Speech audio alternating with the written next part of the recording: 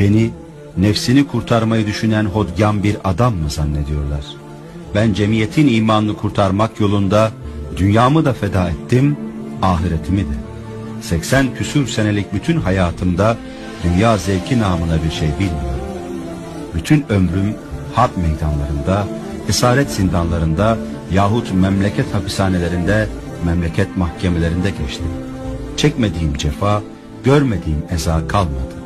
Divan-ı harplerde bir cani gibi muamele gördüm. Bir serseri gibi memleket memleket sürgüne yollandım. Memleket zindanlarında aylarca ihtilattan men edildim. Defalarca zehirlendim.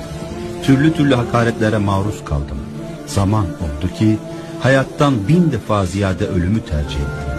Eğer dinim intihardan beni men etmeseydi, belki bugün Said topraklar altında çürümüş gitmişti.